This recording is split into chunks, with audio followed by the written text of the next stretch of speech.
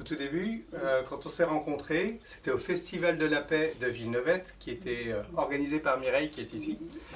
La première expérience dont tu m'as parlé, et c'est ça qui m'a poussé à lire ton livre, tu racontais que tu organisais avant des stages, des rencontres spirituelles. Bien-être. Et un jour, il y en a une qui s'est passée complètement différemment. Tu la racontes dans ce livre, mais c'est intéressant si tu nous en fais part.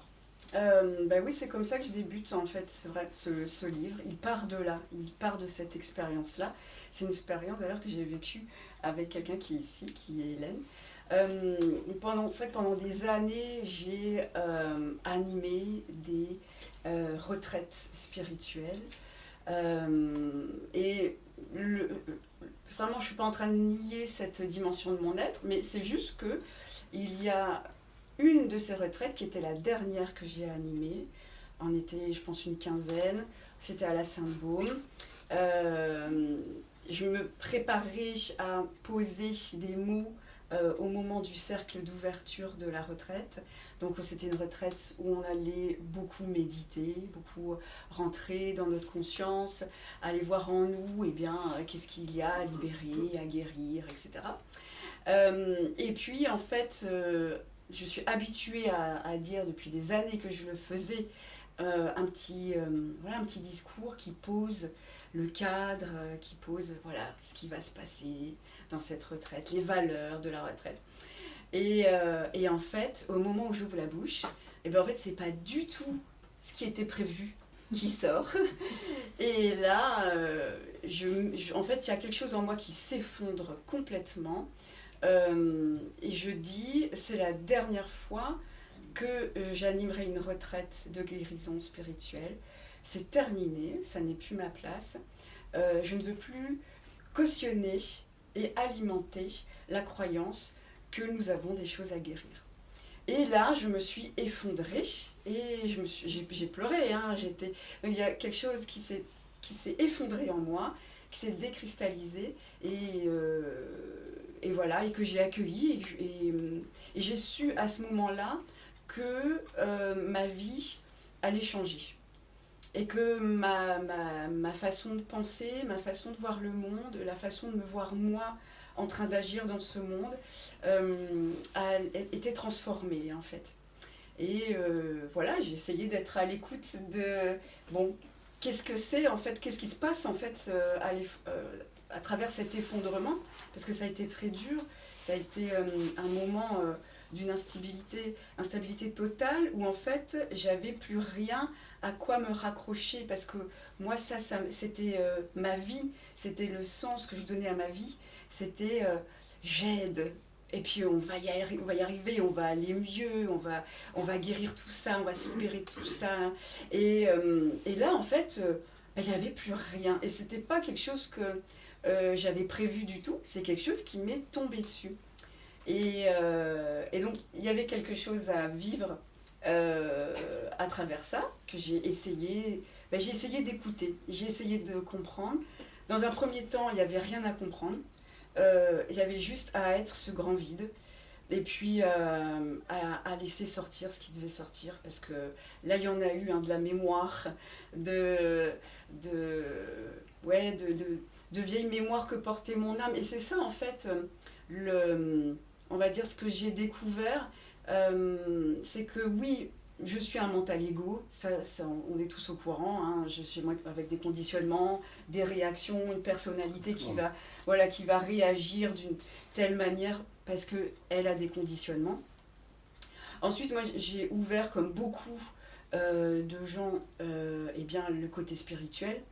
Donc là, on voit l'âme, et puis ce qui est arrivé là, ce jour-là, c'est une partie de mon être qui, je dirais, est même au-delà de ce qu'est mon âme. C'est maintenant comme ça que je le comprends, que je le conscientise, et que je le transmets dans ce livre-là. Parce qu'il y a beaucoup de personnes en fait qui font des stages comme ça pour le développement personnel ou pour de bien-être, quel que soit l'engagement, qui écrivent d'abord un livre qui va leur permettre d'être une caution pour animer ces stages. Toi, tu as écrit combien de temps après cet événement, ce livre, et pourquoi? Ce livre, en fait, je crois que j'ai d'abord passé 6 mois à vivre ce vide intérieur et à me demander qu'est-ce que je vais faire de ma vie maintenant que je n'ai plus ça. Et puis à descendre vraiment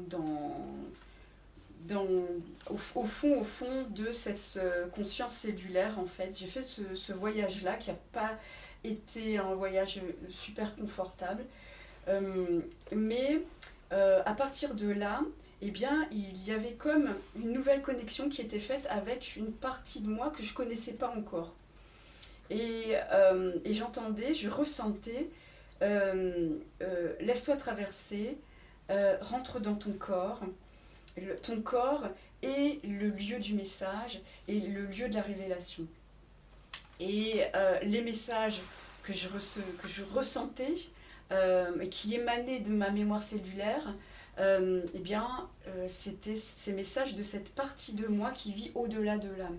C'est-à-dire, cette partie, elle est au-delà du game, en fait. Elle est en dehors de l'espace, elle est en dehors du temps. Et en fait, j'ai ressenti qu'elle était pas du tout, comme je pouvais avoir aussi cette posture dans ma dimension, on va dire, plus spirituelle, c'est-à-dire avec une forme inconsciente de soumission à des énergies plus grandes que moi. Je vais lire, elle écrit dans le livre, en 2022, je me considérais donc de façon très égotique comme un être éveillé. Dans le sens, j'animais des stages. Puis elle dit, j'étais loin de me douter qu'en fait, pour moi, l'initiation la plus grandiose ne faisait que commencer. Tout ce que j'avais vécu pour ouvrir ma conscience n'était qu'une minuscule étape de mon évolution, car les voiles à déchirer étaient encore nombreux, et mon aveuglement m'empêchait de grandir vraiment et d'accéder à ma véritable réalité. Dans le livre, il y a beaucoup d'exercices qui sont proposés en sachant que chaque chapitre présente une partie de soi et ensuite une forme de méditation qui permet d'explorer ce que l'on a. Alors il y a des thèmes comme celui de l'amour, la colère, la résonance de l'ADN. Alors je ne peux pas les énumérer tous, mais donc si je prends à titre personnel, il y a des choses sur lesquelles je n'avais pas de... J'ai pas forcément tout compris de ce que je lisais, parce que c'est très riche de ce que tu ressens. Mais en tout cas, on sent bien, parce que c'est comme une méditation qui nous accompagne. C'est un peu ça, ouais. Moi, ce qui m'a fait du bien, alors après le choc de réalisation, parce qu'en fait, j'ai compris, ce que je comprends aussi maintenant, c'est que cette partie nous qu'on peut appeler, alors, on peut l'appeler notre partie supramentale, supraconscience, esprit universel, on peut lui donner le nom qui correspond à qui on est. Et ben cette partie de nous, elle est en train en fait de rentrer en contact avec nous. Elle est en train elle lance un appel à l'intérieur de notre être. Et vraiment, le message, pour moi, pour caricaturer un petit peu ce que je reçois, et ce qu'on reçoit tous, en fait, c'est tout d'abord, je suis là, j'ai toujours été là, et je serai toujours là. Et alors là, il y a quelque chose à l'intérieur de moi que porte mon âme, de l'ordre d'une blessure d'isolement, parce que l'âme, en fait, pour moi, hein, c'est ma vérité à moi, je ne dis pas que c'est la vérité ultime, mais c'est celle que je partage. Eh bien, c'est la somme de toutes mes mémoires. Dans mon âme, il y a tous mes bagages, il y a tout ce que j'ai vécu dans d'autres espaces-temps, dans d'autres incarnations, il y a mon transgénérationnel, il y a tout ça. Et moi, en tant que Vanessa, dans ces bagages-là, il y a des blessures d'isolement énormes, et comme pour à peu près tout le monde, des blessures de rejet, des blessures d'abandon, etc., etc. On les connaît, parce qu'en fait, on les vit tous les jours, en fait, et on les voit autour de nous. Et en fait, ça m'a permis, cette brèche qui a été faite dans ce choc vibratoire qui a été fait dans mes structures énergétiques, ça a permis un effondrement à l'intérieur de moi, qui a permis l'entrée et le contact avec cette partie supramentale, cette partie esprit universel qui vit au-delà de la mémoire et qui me dit je suis là, j'ai toujours été là. Et le message le plus simple et le plus beau finalement, c'est je t'aime. Je t'ai toujours aimé, et tu es toujours aimé, tu as toujours été aimé, tu seras toujours aimé. Il y a une chose qui est formulée, ouais, il y a une chose qui est formulée et que je trouvais très belle et qui m'a poussé à organiser cet événement. Vanessa écrit, tu corriges s'il faut, que nous vivons dans une matrice et nous vivons avec nos différents référents. Et si le soi personnel plus élevé rentre avec nous, ce serait pour faire rentrer une grande part d'amour dans ce que l'on vit, puisque on est animé de doutes, de souffrances, et au-dessus de nous, il y a, on va dire, une valeur d'amour universel qui nous régit. Et cette part d'amour ne demande qu'une chose, c'est de rentrer dans cette matrice pour l'irradier de sa lumière. Je ne sais pas si je formule bien, mais... C'est un feu, pour moi c'est vraiment un feu. C'est,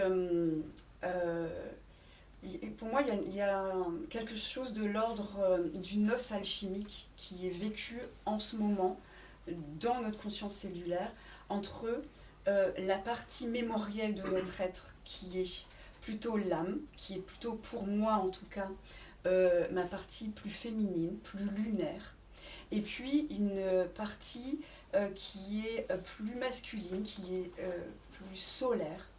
Et ce feu de ce soleil intérieur, de cette partie supramentale, eh bien, elle est en train de brûler nos anciennes matrices, nos anciennes mémoires.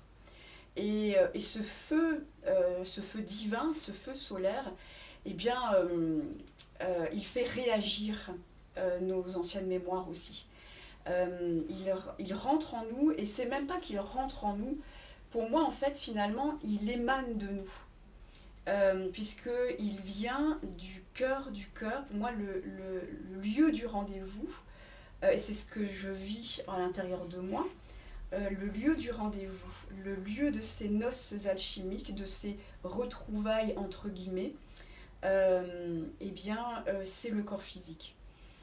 C'est un processus pour moi qui est complètement physiologique, et que si je ne suis pas dans mon corps, eh bien, ça ne se passe pas. C'est vraiment, plus je rentre à l'intérieur de moi, plus j'habite complètement mon corps, plus je suis présente dans ce qui m'arrive, et que je le laisse vibrer cellulairement, que si c'est de la tristesse, si c'est des choses pas chouettes, et des choses pas chouettes, ça continue de m'arriver, parce que l'esprit universel, pour moi, n'est pas là pour me simplifier la vie. Il n'est pas là pour me dire « t'inquiète pas, tout va aller, je te protège ». En fait, là, on est encore dans ce côté bébé et ce côté soumis.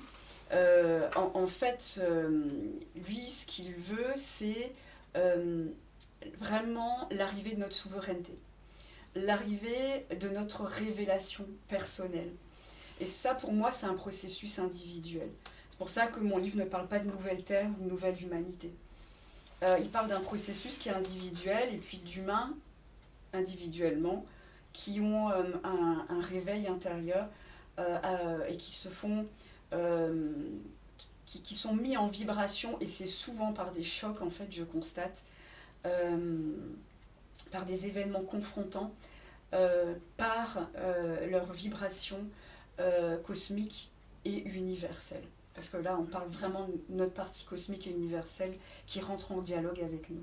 S'il y a des personnes qui veulent poser des questions en même temps, ou si vous êtes bienvenus à intervenir, est-ce que tu aurais un petit passage à nous lire? Et je sais que tu chanteras. Ah oui, alors oui, je vais faire un petit chant. Alors, c'est bête que j'avais mis un petit marque-page, et puis en fait, il est parti, ce petit coquin. Mais on va dire, voilà, c'est dans le chapitre sur la déconstruction des croyances qui est au début du livre. où j'explique justement cet effondrement à l'intérieur de mes certitudes, parce que pour moi c'était vraiment une certitude au niveau de ce que je vivais spirituellement.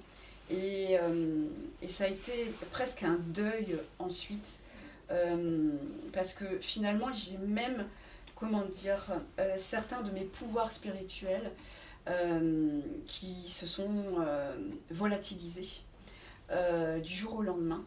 Comme quoi? Eh bien, le pouvoir spirituel, eh bien, en fait, moi, en fait, j'avais, les gens venaient me voir et j'allais voir dans les mémoires akashiques des gens, donc dans leur, justement dans leur bagage mémoriel.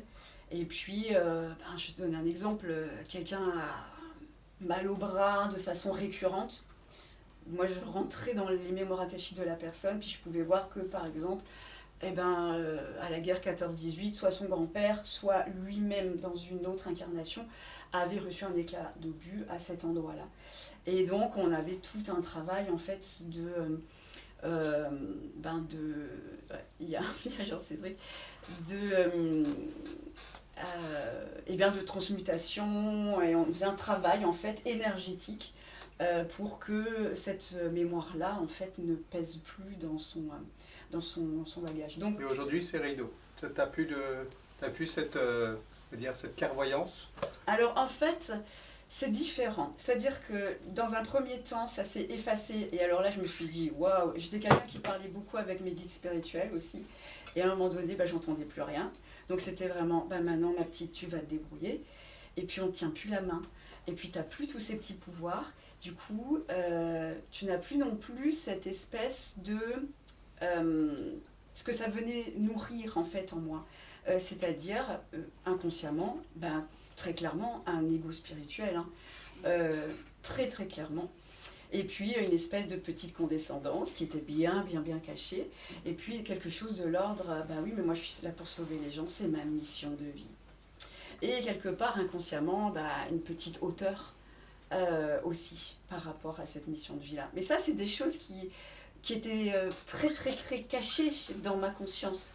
Que en fait, j'ai pu me voir agir comme ça ou vibrer ça avec le recul que m'a donné cet électrochoc, parce que sinon, en fait, moi, je faisais le bien et je faisais pour le mieux. Donc en fait, je pouvais pas avoir de l'ego spirituel. Et surtout, ce que je voyais pas, c'est qu'en fait, finalement, je nourrissais une blessure, tout simplement, et continuellement. C'est une blessure de reconnaissance, en fait. J'avais besoin d'être aimée. Et à partir du moment où cette partie de moi m'a fait ressentir qu'en fait, j'avais pas besoin, je suis aimée, et que finalement, même ce que nous sommes, c'est que nous sommes amour, ce besoin d'être reconnu à travers cette posture-là et cette mission de vie, en fait, ça n'avait même plus de sens, en fait, pour moi. Et je pose la question pour les personnes qui viennent... il y a des personnes véritablement qui viennent en stage et qui continuent d'y aller. Et c'est super. Et c'est super. Il faut être là où ça vibre pour nous, okay. C'est hyper important. Très bien. Oui. Tu ne regardes pas avec condescendance, avec ego, cette personne que tu étais. Il faut être là. Et puis en fait, tout ce que j'ai fait, c'était tellement utile. Et si j'avais pas fait ça, j'aurais pas pu voir aussi que ça venait d'une blessure, etc. Et puis, il faut être là où ça vibre pour nous. Si après j'ai arrêté, c'est que ça vibrait plus. Mais jusqu'à ce que ça ne vibre plus et qu'il y ait cette cassure, en fait, ça vibrait fort. Et j'étais tout à fait à ma place de le faire. Et je pense que chacun est là où il doit être et il fait ce qu'il doit faire. Il n'y a pas de jugement là-dessus, quoi. À propos de vibration, donc, une des premières fois où j'ai entendu Vanessa, c'était donc au Festival de la Paix. Et elle chante. Et si tu veux, après ta lecture, un petit chant. Un chant, ouais. Un ou deux s'il y a un rappel. Oui. C'est lourdement, quand même, Erwan. 3. Moi, j'ai dit, je suis très novice. Pardon? Oui. Bien, madame. Alors, simplement, juste pour lire un court passage sur la déconstruction des croyances, Simplement, j'ai retrouvé le petit passage. Je vais pas tout lire, ce serait trop long, mais quelques petits bouts. Les parties de nous qui agissent avec le plus d'impact sur notre réalité sont jusqu'à présent l'âme et son avatar holographique, c'est-à-dire l'ego. Ce sont eux qui font la pluie et le beau temps sur notre vie. Plus de 80% de notre réalité est créée à partir des informations que porte notre âme. En effet, cette âme que nous portons en nous est imprégnée de toutes nos mémoires. Elle a en quelque sorte imprimé toutes ses expériences depuis qu'elle a fait le choix courageux de se détacher de la source, de quitter la pure intelligence et le pur amour qu'elle vivait en fusion avec l'esprit, son principe masculin. Mais pourquoi a-t-elle fait ce choix? L'âme est notre féminin, notre partie lunaire, astrale. C'est elle qui crée les mondes. Et pour que de nouveaux plans de vie soient créés, une partie de notre source fait le choix de quitter les mondes de l'absolu, de perdre une partie de sa lumière, d'intelligence et d'amour pour pouvoir se densifier. Ces mondes de forte densité et de dualité extrême vont peu à peu retrouver la lumière de l'esprit. La conscience de ces mondes change donc petit à petit sur des tranches de temps très longues selon notre propre perception. Alors, je termine par ce petit passage. Nos mémoires nous ont longtemps manipulés et les programmations qu'a générées l'âme afin d'expérimenter un nouveau monde et de le faire évoluer vers l'absolu ont créé en nous des déchirures, distorsions et des diffractions qui se sont accumulées depuis que l'âme chemine seule à travers différents corps, différentes incarnations. Ces diffractions de la lumière primordiale étaient nécessaires pour que l'âme puisse descendre le plus bas possible dans sa vibration, au plus profond de la matière dense, pour ensuite remonter comme un plongeur descend dans les abysses qui remonte tout doucement vers la lumière de la surface. Ce plongeur ne peut pas remonter à toute vitesse, sinon ses poumons imploseraient. C'est pareil pour notre âme, elle continue à créer des programmes qui filtrent la lumière de la surface afin que sa remontée vers le pur esprit se fasse en douceur, dans le respect du monde de densité qu'elle a créé dans sa descente, c'est-à-dire notre ego et notre corps physique.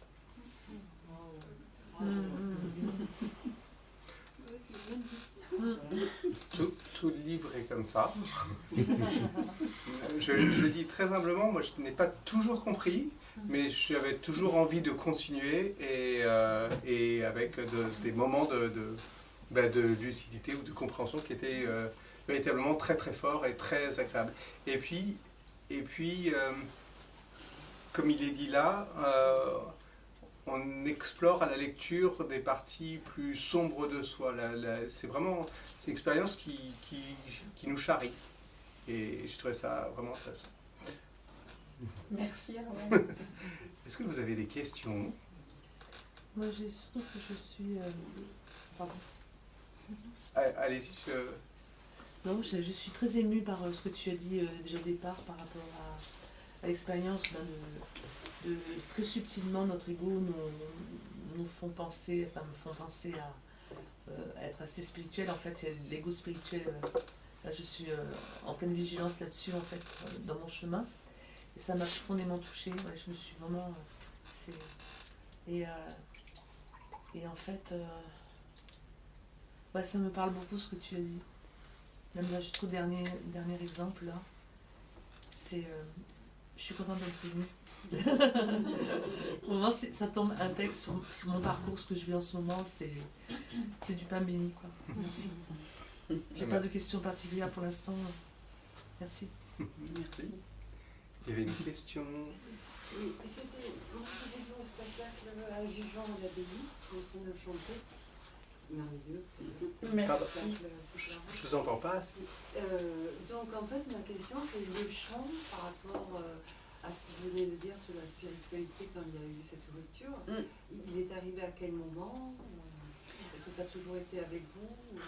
Eh bien, en fait, le chant, il était déjà là en version thérapeutique, c'est-à-dire que dans mes soins énergétiques, je chantais et je canalisais des sons et des chants par rapport à ce qu'il y avait à dénouer, etc.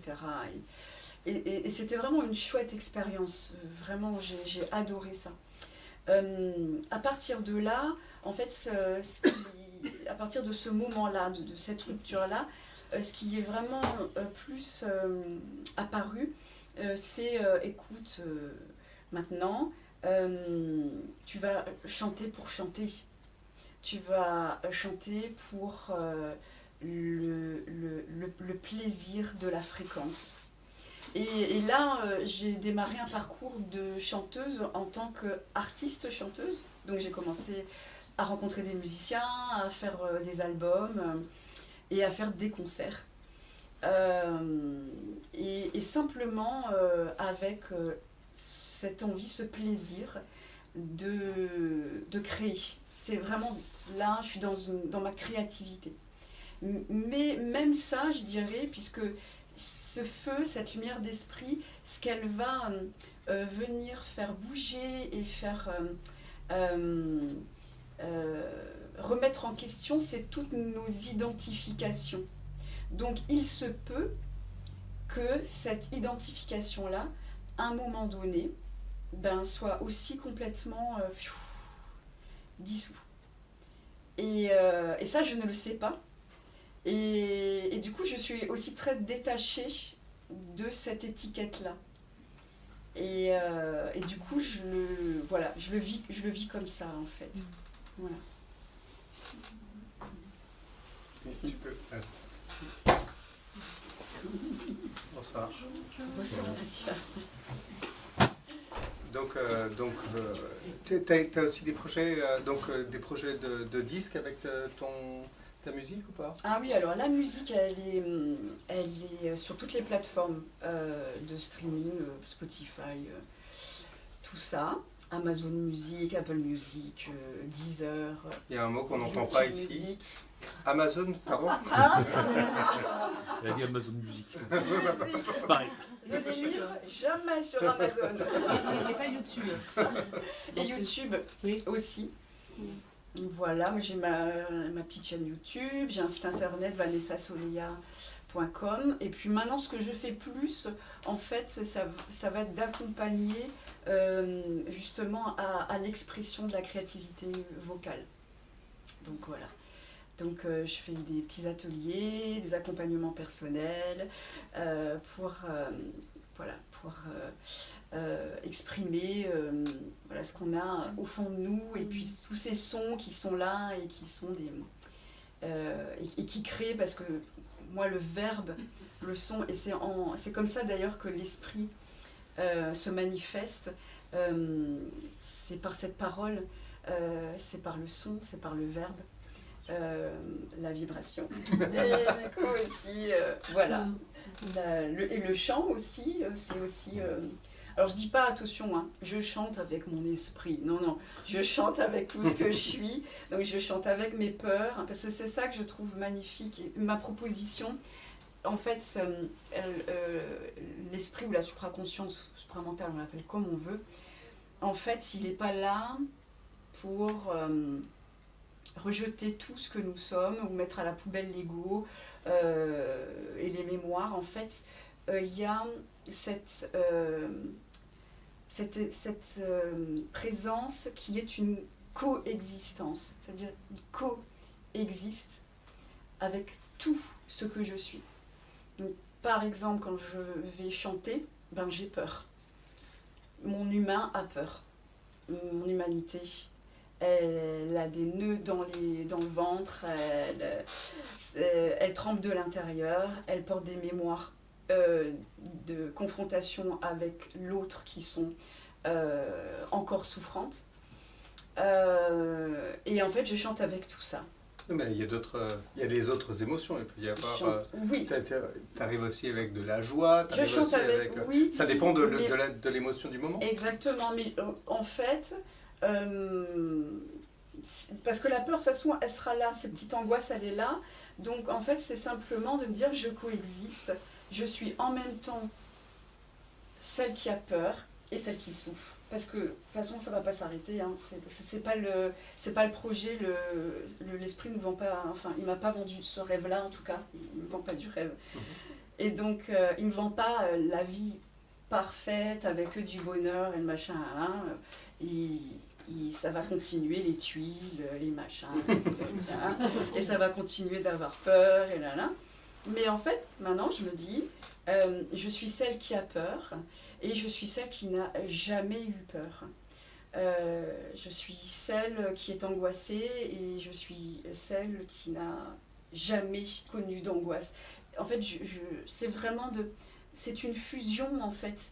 C'est vraiment quelque chose de l'ordre de une intégration, une coexistence telle que bah, finalement tout ça finit par tellement cohabiter que ça fusionne en fait. Et c'est ça qui fait que bah, finalement, et bah, ces petites mémoires qui me pourrissaient la vie, et ben aujourd'hui, elles sont quand même moins en train de me pourrir la vie que avant. Mais elles sont toujours là. Ce chemin de l'acceptation, il est venu d'autant plus depuis que tu as rompu avec les stages que tu organisais, Eh ben, où tu savais déjà, c'est à ce moment-là. Je pense que c'est venu d'autant plus comme si quand même j'avais quelque chose de l'ordre de je suis un petit peu en dehors de mon humanité. Mais après ça, c'est propre à moi, c'est propre à mon chemin. Hein. C'est parce que moi j'avais à vivre ça, mais évidemment, il n'y a pas une recette magique ni unique. C'est évident que pour chaque personne, c'est évident que le chemin est différent. Mais moi, avec mes conditionnements qui étaient ceux-là, eh bien, effectivement, une des conséquences, et je dirais un des bienfaits, c'est une descente vraiment dans mon humanité et une acceptation de ce que je suis dans ma vulnérabilité. Et ok, je suis quelqu'un, je suis pas hyper extravertie, oui j'ai peur, j'ai de l'insécurité, oui j'ai un sentiment d'impuissance, oui je suis tout ça en même temps que je suis ce supramental et cette intelligence. Il y a vraiment quelque chose de l'ordre d'une fusion. Et puis surtout, je me dis, je suis ça, c'est d'égal à égal en fait. C'est main dans la main. C'est pas l'esprit qui est au-dessus de l'humain ou qui a mieux compris. C'est vraiment une collaboration. Ça fait équipe en moi en fait. Et du coup, j'amène plus d'humour aussi sur ce que je suis dans mon côté réactif et égo-mental. Et du coup, c'est plus rigolo aussi, parce que c'est plus léger. Si j'ai bien compris. Donc, si je résume, au départ, donc, tu faisais du chant thérapeutique. Bon, maintenant, tu chantes. En chantant, tu nous fais un cadeau. Est-ce que pour toi, ça pourrait pas être une délivrance ? Alors, à quel niveau tu parles de délivrance ? Pour intérieur, qui et, délivrance intérieure, délivrance. Pour moi ? Oui. Alors, le fait de chanter, effectivement, étant donné que moi, dans ma structure, il y a, comme pour beaucoup de gens, hein, et en fait, les gens avec qui je travaille sur la voix, ils portent ça, il y a le côté... des générations et des générations de femmes ou pas qui se sont tues, la peur de s'exprimer. Effectivement, quand je suis en posture de là je suis en train de chanter, eh bien il se passe en moi une rectification. Et plus je rentre dans mon corps et plus je me dis je chante avec tout ça, avec ces mémoires-là, eh bien il se passe en moi une réécriture en fait. Une rectification effectivement des séquences ADN que je porte qui sont liées au fait de rien dire. Voilà. Et effectivement, c'est en chantant que ça se passe. Ouais. Là, je rebondis un peu parce que tu dis, à part le chant, là, tu as écrit un livre, tu es en train de parler, donc tu es en train de t'exprimer. Tout à fait. Mais ça, c'est un plaisir. Oui, tout à fait. Oui, oui. Oui, oui. Et c'est comme ça, pour moi, cette flamme en nous, cette source, en fait, c'est vraiment notre source. C'est ce que nous sommes, évidemment, on le sait en fait, que nous sommes des êtres d'amour et d'intelligence pure. Eh bien, cette source en moi me met en vibration, justement, pour que je fasse vibrer dans mon corps le fait de m'exprimer. Donc, et même si mon ego mental dit non, moi j'ai peur, moi franchement j'ai qu'une envie de rester bien planqué chez moi, et bien en fait non, en fait ce que ça me dit, et peur, mais vas-y. Et ça c'est le cadeau que je reçois de cette source en moi. Tes peurs t'indiquent où aller. Tout à fait. Ouais. Est-ce que c'est de l'ordre de la foi que ton supra mental, en fait, ton être de lumière, t'alimente en foi, te déclenche la foi en toi pour aller au-delà de la peur. Il y a comme une énergie, un élan qui vient de ta partie, je dirais, plus lumineuse, qui vient te donner la foi, en fait. Quelque part, oui, si... en fait, alors je n'emploierais pas le mot foi. Le mot qui me vient et qui paraît, en tout cas le plus juste à ce que je vis, par rapport à ce que je vis, c'est la certitude. C'est une certitude. C'est en fait, je sais. Et pour moi, c'est quelque chose d'encore encore différent, mais la nuance, je ne saurais même pas dire vraiment où elle est, mais il y a cette intelligence nous amène à savoir exactement ce qui est juste, ce qui est bon pour nous. Et on parlait tout à l'heure de ces petits pouvoirs qui s'étaient éteints. En fait, ce qui est venu progressivement à la place, c'est en fait une information qui est disponible au moment où j'en ai vraiment besoin. Si ça vient pas, c'est pas la peine d'aller activer mes super pouvoirs de je sais pas quoi et de fin. Comment tu pourrais définir cette information? Tu as un exemple pour nous? J'ai pas d'exemple là concret. Est-ce que, par exemple, ce serait, tu te demandes si tu dois faire quelque chose, oui. Et puis tu as une sorte de... Si le chemin se bloque, tu sais que tu dois pas y aller. Ou tu sais que tu dois y aller. Le chemin se bloque. Est-ce que ça se bloque parce que ce sont mes mémoires qui sont en train de dire non, mais moi j'ai peur. Une fois je me suis exprimée et je m'en suis pris plein la figure, donc je bloque. Et alors là on va se dire mais en fait là c'est bloqué, donc quand c'est plat fluide ça veut dire que nanana. J'ai vraiment remis tout en ça à plat aussi, tout le concept de synchronicité, tout ça en fait ça s'est réécrit. Et j'ai remis tout ça au point zéro et pour repartir sur des bases où vraiment je suis avec une nouvelle information. Alors un exemple, c'est par exemple, quelqu'un me parle de sa propre expérience, on va dire. Alors voilà, il m'arrive ça, Vanessa, machin, nanana, là. Et avant, la petite sauveuse en moi avait une réponse.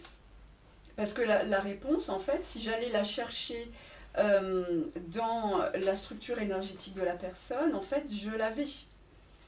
Sauf que là, en fait, il n'y a pas forcément de réponse. La plupart du temps, même, il n'y en a pas. Et s'il y a quelque chose qui vient, c'est parce que c'est intelligent pour elle et pour moi que ça vienne. Mais sinon, il n'y aura même pas forcément de réponse en fait. D'accord. Et donc, pour moi, c'est vraiment une intelligence, c'est pas quelque chose qui me vient de mes anciennes vies où j'ai su faire ça.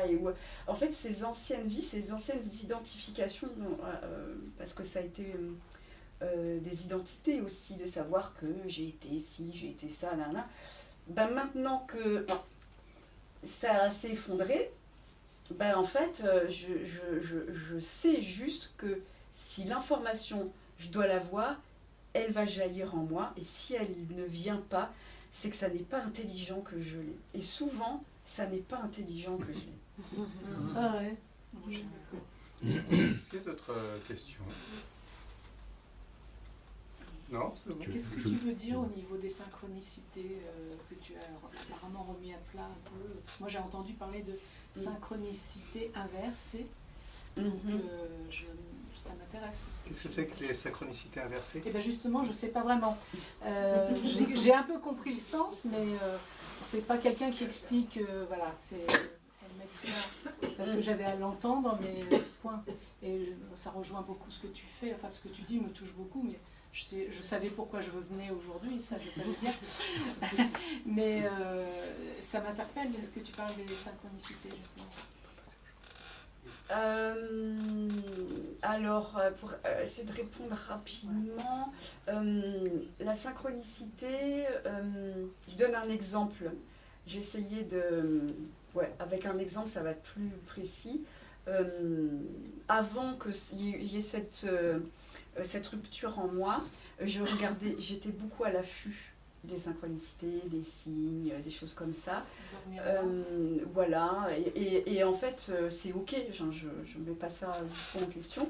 Je dis juste que je me suis rendu compte que elles étaient très souvent le miroir de ces 80% de zones d'inconscience que je portais et de ces mémoires en fait. Et des croyances aussi que porte mon corps astral et mon corps spirituel. Donc qui va chercher des biais de confirmation dans la réalité pour confirmer sa propre croyance en fait. Donc c'est juste ça en fait, c'est de voir, bon, là c'est un biais de confirmation, c'est une résonance d'une mémoire, et voilà. Mais ça en fait, c'est chacun le voit de le vivre d'une manière ou d'une autre. Merci beaucoup pour cette précision, ça m'éclaire. Bon, eh bien... alors je vais avec joie. J'avais juste une dernière question, Vanessa. Vas-y. Au niveau de toutes les pratiques que tu proposes dans le livre, il y a une progression, j'imagine, c'est une progression dans la profondeur de ce qu'on a à découvrir au niveau cellulaire, par exemple. Alors c'est vrai qu'elles ont quand même, il y a comme un fil conducteur, et en même temps on peut se dire, bon ben voilà, j'ouvre au hasard et je vois, ben alors c'est quoi aujourd'hui, qu'est-ce qui peut aujourd'hui être intéressant à vivre, à mettre en place, ou voilà. Mais c'est vrai que le fil conducteur, c'est ce couple, cette noce alchimique, ce couple alchimique vécu dans la mémoire cellulaire.